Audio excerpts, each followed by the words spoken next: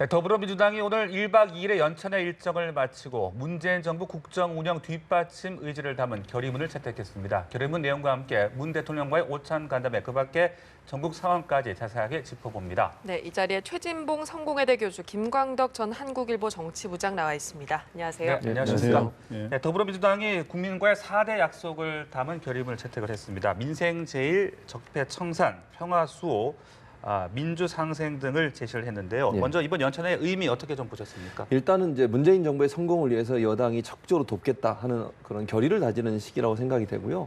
무엇보다 최근에 이제 그 민주당 내에 여러 가지 갈등이 좀 표면화된 적이 있었습니다. 그 네. 문제를 조금 봉합하는 시도를 했다고 볼 수 있겠습니다. 그래서 민주당 내에 그 추미애 대표에 대한 반기를 들었던 친문 세력이라고 할 수 있는 의원들과 추미애 대표의 갈등설이 있었는데 그 갈등설을 일정 부분 좀 봉합하는 그런 모습을 보여줬고, 일단 이제 정기국회를 앞두고 여당이 이제 어쨌든 야당을 대상으로 설득도 하고 싸우게 돼야 되고 이런 상황이 되지 않았겠습니까?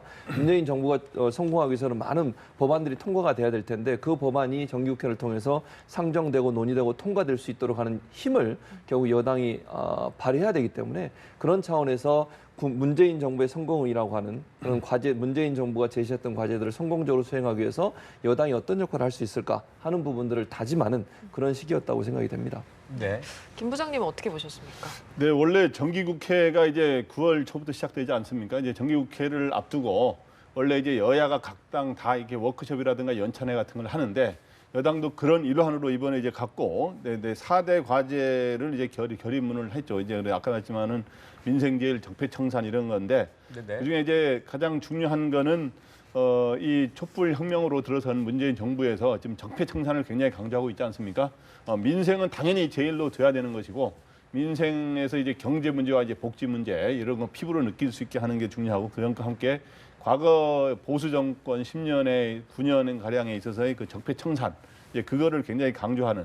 그다음에 이제 한반도의 문제에서는 평화 수호, 평화적으로 풀어가는 거. 그다음에 여야의 어떤 협치를 통한 민주주의 회복 이런 걸 강조하면서 4대 과제를 제시했고요. 그래서 네. 그러면서 새로운 대한민국 건설의 출발점이다, 뭐 이렇게 규정을 했더라고요. 그러면서 이번에 100대 국정과제를 설정한 거를 그걸 입법화하는 게 굉장히 중요한데, 그걸 입법하는 거하고 그걸 예산으로 뒷받침하는 거, 이런 거를 정기국회 제대로 하자 이런 건데, 이제 이러한 결의는 뭐 과거에 여당도 많이 했습니다만은 이제 결의를 했으니까 얼마나 이거를 제대로 당이 단합해서 또 야당을 설득하면서 어떻게 실천해내느냐 하는 게 굉장히 중요한 과제인 것 같습니다. 네. 네, 연찬회를 마치고 문 대통령과 오찬도 함께 했잖아요. 예, 사실 그렇죠. 9월 정기국회를 앞두고 집권 여당의 역할이 상당히 중요하지 않습니까? 최근에 좀 당청 관계가 삐걱거리는 거 아닌가 이런 우려가 있었는데 향후에 좀 어떻게 흘러갈까요? 저는 이제 뭐 아까 잠깐 언급해드렸지만 사실 친문 세력들하고 추미애 대표의 갈등설이 불거지면서 네. 네. 그 청와대와의 갈등으로 이어지지 않을까 하는 우려가 있었지만, 연찬회를 통해서 그 부분이 봉합이 된 걸로 지금 알려지고 있어서 저는 이 문제가 더 이상 노골적으로 나오지는 않을 것 같습니다. 어떤 부분으로 봉합이 됐냐면, 네. 사실 이제 그 발전위원회라는 것을 만들어서 공천권을 중앙당에서 행사하겠다고 하는 문제 때문에 논란이 됐었거든요. 그래서 그렇죠. 공천권 문제를 따로 떼내서 별도의 기구에서 공천권을 행사하겠다고 얘기를 하면서 합의가 이루어졌어요. 그래서 네. 그 문제 때문에 사실 이제 친문 계열하고 추미애 대표가 이렇게 충돌하는 양상을 보여주는 그 부분이 해결이 됐기 때문에 앞으로는 그런 갈등이 노골적으로 나올 가능성은 낮다고 보고요. 추미애 대표 입장에서도 문재인 정부의 성공이 본인의 성공이에요. 본인이 뭐 차후에 어떤 정치적 행보를 하든 문재인 정부가 성공하지 않고서 어떻게 추미애 대표가 다른 행보를 할 수 있겠습니까? 그런 차원에서 본다면 추미애 대표가 각을 세우는 일은 그렇게 일어날 가능성은 낮다고 보고, 그렇다고 하면 제1 여당이 문재인 정부 성공을 위해서 함께 가는 모습을 보여줄 가능성이 크다라는 생각이 들고요. 또 문재인 정부가 지금 인기가 높기 때문에 여당 입장에서도 안에서 다른 소리를 내면 낼수록 소외될 가능성이 있어요. 그가 누가 됐든, 그게 추미애 대표가 됐든 누가 됐든. 네. 그래서 어떤 정부의 성공을 도와주는 것이 결국 민주당의 지지율도 높이고 본인의 지지율도 높일 수 있는, 또 인지도도 높일 수 있는 방안이기 때문에 네. 제가 볼 때는 앞으로는 별 문제 없이 당청 간의 협력과 또는 협력과 화합이 가능할 것으로 그렇게 생각이 됩니다. 네, 추미애 대표와 친문과의 갈등이 봉합이 됐고 앞으로 다시 불거질 가능성이 일단 좀 낮다 이렇게 네, 저는 그렇게 보셨는데, 봅니다. 김 부장님 생각은 어떠신지 궁금한데요. 예, 저도 이번에 정치 발전위의 앞으로 역할, 그다음 내년에 지방선거의 주도권 문제를 놓고 네. 소위 친문 세력과 추미애 대표 사이에 약간 긴장과 갈등이 있었던 건 사실입니다. 그래서 추미애 대표가 추다르크 같은 당을 주도하고 싶은 마음이 좀 있었는데 친문들이 견제에 나서면서 어느 정도 봉합이 된 거죠. 이제 네. 공천 룰 문제는 정치 그 지방선거 기획단에서 별도 논의하기로 하면서 봉합이 됐는데 앞으로는 당청 갈등이 증폭되다기보다는 좀 봉합돼서 좀 이렇게 어느 정도 청와대와 그리고 정부와 그리고 당이 좀 이 갈등을 줄여서 이렇게 협력하는 쪽으로 갈 가능성이 높다고 봅니다. 그러니까 참고로 과거에 노무현 정부하고 비교를 하자면 제가 노무현 정부 때 이제 청와대를 출입했습니다마는 당시에는 이 두 가지 논리가 있었어요. 당정청 일체라고 하는 논리도 하나 있었으면서 하나라고는 하나다 당정청이 또 하면서 당청 분리론이 있었어요. 똑같이 그 노무현 대통령 청와대에서 주장한 건데 당청 분리론은 뭐냐면 청와대가 당의 일에는 관여 안 한다 이런 뜻의 분리론도 있었는데 그러면서도 하나가 되자 이런 건데 지금은 오늘 문재인 대통령이 오늘 그 여당 의원들하고 오찬하면서 뭐라고 말씀을 하셨냐 하면 당청은 당과 공동 운명체다. 그래서 국회를 또 존중하고 또 야당과도 소통하겠다 이런 얘기를 강조하셨고 문재인도 정부는 민주당 정부다 이런 걸 굉장히 강조해서 그 당청 일체를 굉장히 강조하고 있거든요. 네. 청와대 문재인 대통령이 일단 당과의 일단 갈등을 가급적 하지 않는 쪽으로 노무현 대통령 때보다 더 그런 거를 그 당시 이미 경험을 했기 때문에 네. 그때는 좀 약간의 갈등이 있었습니다. 그런 거 하지 않는 쪽으로 생각을 하고 있고 추 대표도 이번에 한 발 물러섰기 때문에 갈등은 좀 줄어들 것이다 이렇게 생각이 됩니다. 네. 네. 이번 9월 정기국회에서는 국정감사 또 예산심사로 여야가 좀 일전을 벌일 거기 때문에 좀 만반의 준비를 하고 있는 상황인데요. 네. 특히나 자유한국당은 문재인 정부가 신적폐다 이렇게 규정을 하고 좀 전열 정부에 나서는 모습인데 이런 모습은 어떻게 보이십니까? 근데 한국당이 제1야당이기 때문에 제1야당의 역할이라는 게 뭐냐면 여당을 견제하는 역할을 하는 게 원래 제1야당 하는 역할이고 네. 그거 함께 또 대안을 제시해야 되거든요. 근데 야당이라는 게 과거에 보면은 반대를 위한 반대로 하는 모습으로 비춰지는 경우가 많은데 그런 측면에서 자유한국당이 지금 현재 여당이 이제 적폐청산 이렇게 나오니까 이제는 이제 새로운 정부가 들었으니까 새로운 정부에서 잘못하는 거 당신들이 예를 들어서 경제 정책이나 복지 정책 그리고 안보 정책에서 잘못하고 있는 부분은 오히려 신적폐다 이렇게 규정하면서 비판을 할 수는 있는 거죠. 그러나 이제 대안 제시를 제대로 해야 되는데 네. 지금 한국당이 보면 지금 문재인 정부 들어선 이후에 반대하고 제동을 거는 거는 많이 왔습니다만 대안 제시나 이런 거는 잘 못 해왔거든요. 사실은. 그래서 앞으로는 어떤 걸 제대로 해야 되냐면 그래서 지지율도 지금 15% 정도 선에서 계속 전후에서 머물고 있는데 그런 거를 제1야당이 제대로 역할을 하려면 지지율도 좀 높아져야 돼요. 그래서 그렇게 하려면 일단 새로운 비전과 노선을 제시해야 되고 근데 지금 현재 굉장히 강성 보수로 비치고 있는데 이런 걸 어느 정도 수정해야 되는 거 또 하나는 새로운 리더를 지금 홍준표 대표가 과연 진짜 앞으로 이 당을 이끌어가고 차기 대권을 유력한 사람이냐라고 하는 거를 현재 거기까지는 분명한 어떤 신뢰를 심어주는 것 같지는 않습니다. 일단 그런 거를 홍준표 대표 자신이 그 대안이 되든지 아니면 다른 사람들을 인재를 잘 영입하면서 만들어내든지 하는 그런 거를 한국당이 그렇게 잘 대안이라는 걸 보여줘야 될 것 같습니다. 네. 자, 그리고 이 살충제 계란 문제를 수습하는 과정에서 이 류영진 식약처장에 대한 이 사퇴 압박이 좀 계속이 되고 있습니다. 앞으로 글쎄요 어떤 거치 변화가 있을 걸로 보십니까? 당장은 거치 변화가 있을 가능성이 저는 낮다고 보는데요. 그러니까 본인이 직접 물러나지 않는 이상 청와대에서 물러나라고 할 가능성은 낮다고 봅니다. 다만 이제 유영진 식약처장이 앞으로 어떤 모습을 보이느냐가 중요한 변수가 될 거라고 생각이 되는데 어쨌든 지금까지 유영진 식약처장이 보여줬던 여러 가지 행태는 분명히 비판받아 마땅합니다. 다시 말씀드리면 그분이 지명되고 그다음에 임명된 거는 저는 문제가 없다고 봐요. 그러니까 논란이 있을 수 있지만 대통령이 본인과 어떤 생각을 같이 하거나 아니면 정책적 대통령이 추진하려는 정책을 잘 이해하고 그걸 실행할 수 있는 능력을 갖고 있는 사람이라면 저는 임명에도 문제가 없다고 보는데 네. 다만 임명된 이후에 여러 가지 행보들을 보면 그 부분이 국민들의 신뢰를 잃어버렸단 말이죠. 예를 들면 문제가 되자 그 문제를 부하들에게 돌린다거나 또는 총리가 질책하는 것에 대해 짜증을 냈다고 얘기한다거나 이런 부분들은 국민들을 볼 때 이해하기 힘든 부분이고 네. 또 국회에 나와서 답변하는 태도를 보면 상당히 답변을 제대로 못하는 부분이 많았어요. 그러니까 식약처라고 하는 아주 중요한 어떤 국가기관의 장으로서 과연 역할을 제대로 할 수 있을까에 대한 자질에 대한 논란이 되면서 문제가 됐다고 저는 생각을 합니다. 그래서 유영진 식약처장이 지금도 문제가 되고 있으니 본인이 이제 앞으로 어떤 행복을 보이느냐가 사실은 청와대 입장에서 더 이상 보호할 수 없는 상황까지 갈 수 있다고 봐요. 그래서 임종석 실장이 그런 경고까지 한 거 아니겠습니까? 그러니까요. 그래서 이 정도 경고를 했다고 하면 한 번 더 문제가 발생한다고 하면 청와대 입장에서 심각한 고민을 할 수밖에 없는 상황이다라는 생각이 듭니다. 네. 그런가 하면은 지난 23일에 한명숙 전 국무총리가 이제 출소를 했습니다. 2년간의 수감 생활을 마쳤는데 여당이 여기에 대해서 억울한 옥살이다 이렇게 주장하면서 논란이 되고 있고 때문에 김명수 대법원장 후보자 인준에 불똥이 튀고 있는데요. 어떻게 보십니까? 그래서 이 2년간 고생하고 나왔기 때문에 여당에서 뭔가 이 동정심 차원 그리고 서로 이렇게 좀 안타까움을 표시하는 거로서 그런 식으로 억울한 옥살이를 했다라는 정도로 그치면 뭐 그런 말을 할 수가 있다고 보는데 네. 또 추미애 대표까지 뭐라 그랬냐면 기소와 재판이 모두 잘못됐다라고 네네. 이렇게 해서 이 재판 결과를 뭔가 잘못됐다고 하는 식으로 대표가 여당 그것도 집권당의 대표가 이렇게 말을 했기 때문에 논란을 불러일으키고 있는데 어떻든 한명숙 전 총리가 과연 그 뇌물을 수수했는지 안 했는지에 대해서는 실체적인 진실은 재판 결과가 반드시 밝혀지는 건 아니지만 1심에서 무죄가 되고 2심에서 유죄가 됐지만 3심에서 대법원에서 유죄가 됐는데 이 9억 논란 중에서 3억 부분에 대해서는 재판관 전원 일치로 이 뇌물을 받았다고 그랬거든요. 나머지 6억에 대해서는 의견이 엇갈렸습니다만은 그렇기 때문에 이런 그 3심 제도인 우리 이 법치주의 이거를 부정하는 식의 언급으로 비칠 수가 있기 때문에 네.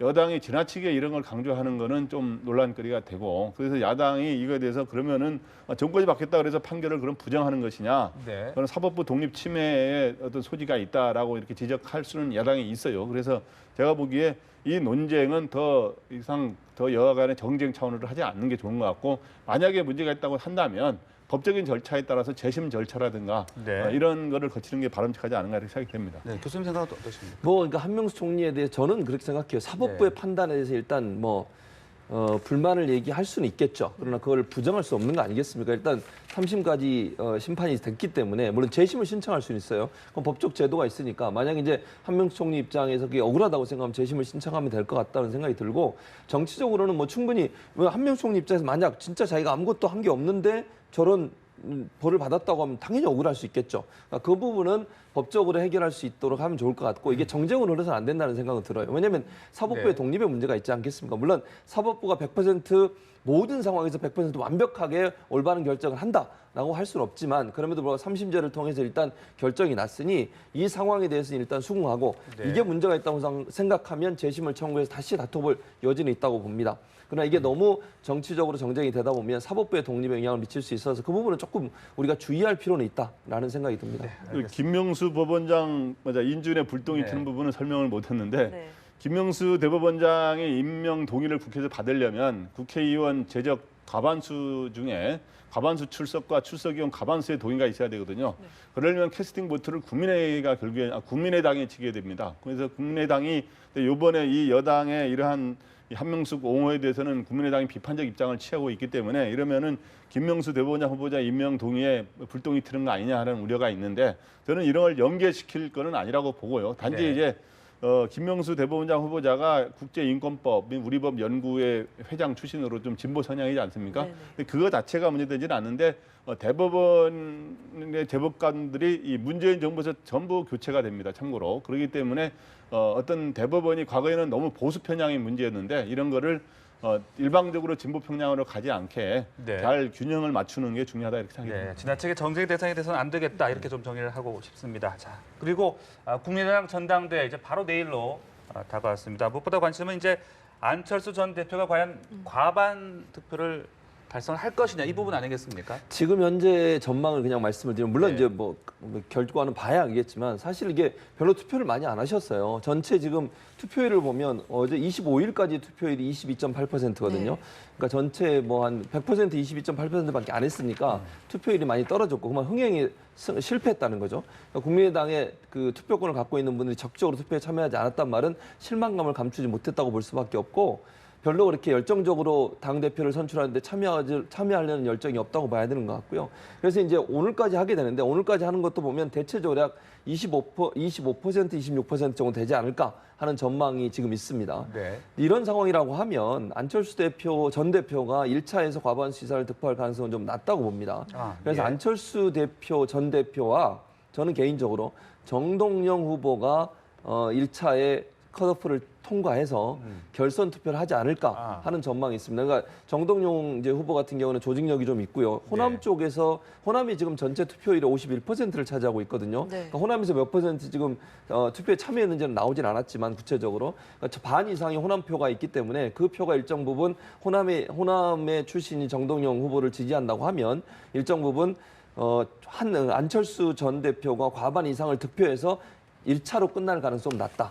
그래서 호남이 일정 부분 정동영 후보를 민다는 가정을 한다고 하면 네. 1차에서는 과반수 득표하는 사람이 없을 것이고 결국 정동영 후보와 안철수 후보가 막판에 결선 투표를 하지 않을까 하는 게 제 개인적인 그렇게 전망입니다. 예상해 주셨고, 예, 예. 네.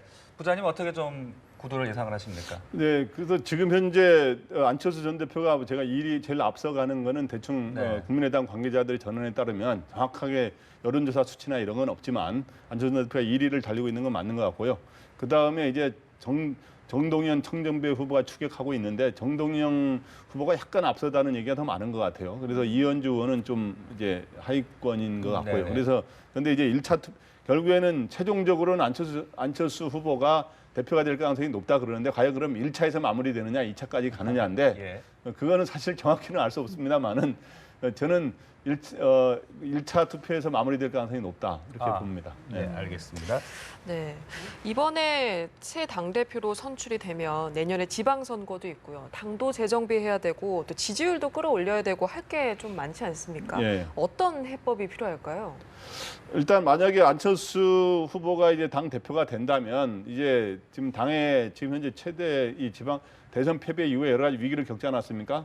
대선에서 득표를 많이 못한다다가 그다음에 제보 조작 그 사건 네. 이제 그것까지 있었기 때문에 굉장히 어려운 처지고 지금 현재 지지율은 한 6% 전후여서 오히려 정의당과 지금 마지막 누가 꼴찌냐를 놓고도 오히려 다투는 이제 꼴찌를 하다가 지금 다 정의당을 바로 최근에 좀 제친 그 정도 상황인데 바른정당하고 이제 다 5%, 7% 사이에서 경쟁하고 있죠. 그래서 이제 지지율을 끌어올려야 되고 내년에 서울시장 선거라든가 주요 광역단체장 선거에서 몇 명의 당선자를 내야 당이 다시 회생이 될 수가 있거든요. 그래서 안철수 전 대표는 자기가 최전선에 나서서 지방선거를 진두지휘하겠다고도 하고 하면서 또 서울시장에 출마할 가능성도 배제하지 않고 있는데 네.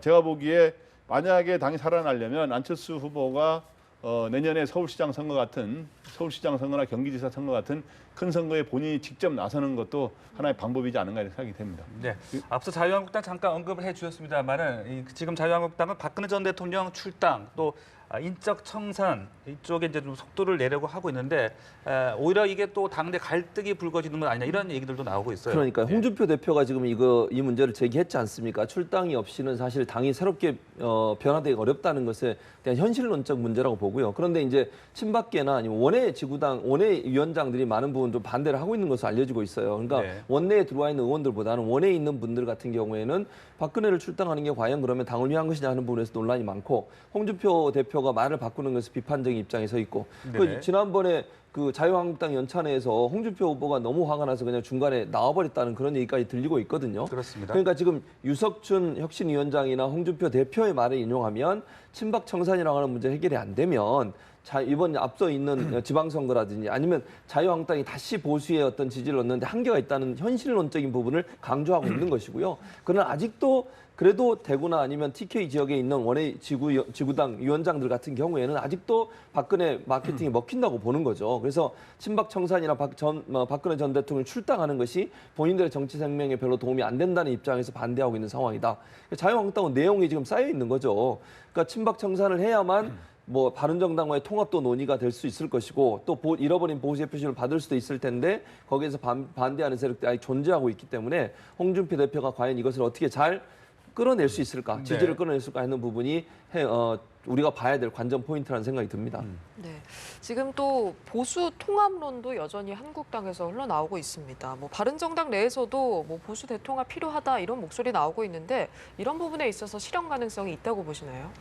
저는 내년 지방선거에서 따로따로 나가면 거의 필패이기 때문에 그 서로 위기에 처했을 때 이제 소위 통합 논의가 이루어질 수가 있는 거거든요. 네. 그렇기 때문에 저는 통합 가능성이 뭐 현재는 있다고 보고요. 있다고 보는데 그 중에 일단은 한국당과 바른정당이 보수 통합을 하자는 이런 이야기가 나오고 있고 심지어 일부에서는 국민의당까지 해서 야권 3당이 소위 협조하는 노선으로 당장 통합은 아니더라도 네. 협조하는 노선으로 가자는 두 갈래 주장이 나오고 있는데 일단은 지금 보수 통합을 위해서 이번 최근에 움직임이 뭐냐 하면 바른정당의 김무성 전 대표와 그다음에 한국당의 정진석 전 원내대표가 모여가지고 초당적인 국민의당까지 포괄하는 초당적인 정책 연구 모임을 만들자 해서 현 정부가 추진하고 있는 탈원전 정책이라든가 이런 것들 여러 가지 이런 주요 정책들에 대해서 계속 연쇄적으로 야3당의 정책 공조를 추진하기 위한 토론회를 갖자 이렇게 하면서 서로 협조하는 분위기를 만들어서 결국엔 통합을 하자. 네. 근데 이제 주목되는 게 김무성 전 대표하고 정진석 전 원내대표가 둘 다 굉장히 유연하고 온건한 보수이면서 유연하면서 좀 통합론자들이에요. 네. 한 사람은 김무성 전 대표는 YS의 제자고 정진석 전 원내대표는 JP의 제자거든요. 두 사람 다 이런 정치적 그런 걸 갖고 있는데 네. 과연 그런 것들이 과연 실제적으로 효과를 발휘할지는 좀 지켜봐야 될 것 네. 같습니다. 교수님도 보수 대통합 관련해서 한마디 끝으로 해주시죠. 뭐 저는 그러니까 일정 부분 꿈틀대고는 있는데 네. 사실은 가장 중요한 문제는 이거 같아요. 이번에 그러니까 정진석 전 원내대표와 김무성 의원이 열린 토론 미래라고 하는 모임을 만들고 나서 이해운 지금 현재 바른정당 대표와 유승민 의원이 입장을 밝혔는데 입장의 내용이 뭐냐면 친박 청산 하지도 않으면서 말로만 하고 이미지 정치만 하는 거 아니냐. 그런데 무슨 지금 논의가 될 수 있겠냐라고 얘기를 또 했거든요. 그러면 결국 홍준표 대표가 이렇게 적극적으로 나서는 이유도 어찌 보면 이해운 대표나 아니면 유승민 의원이 요구하고 있는 친박 청산이라고 하는 부분이 해결이 안 되면은 결국 합당 논의 자체가 안 되는 거예요. 그러니까 통합 논의가 물론 여기에 대해서 다 뭐 몇몇 의원들, 바른정당 의원들 같은 경우에는 이건 그냥 홍준표 대표에 반발하는 세력들의 모임이다라고 평가절하하는 사람들도 지금 현재 있기 때문에 네. 이 뭐 바른정당과의 통합 문제는 사실 산 넘어 산이라고 생각이 들어요. 한꺼번에 쉽게 이루어질 문제는 아니라고 봅니다. 그러나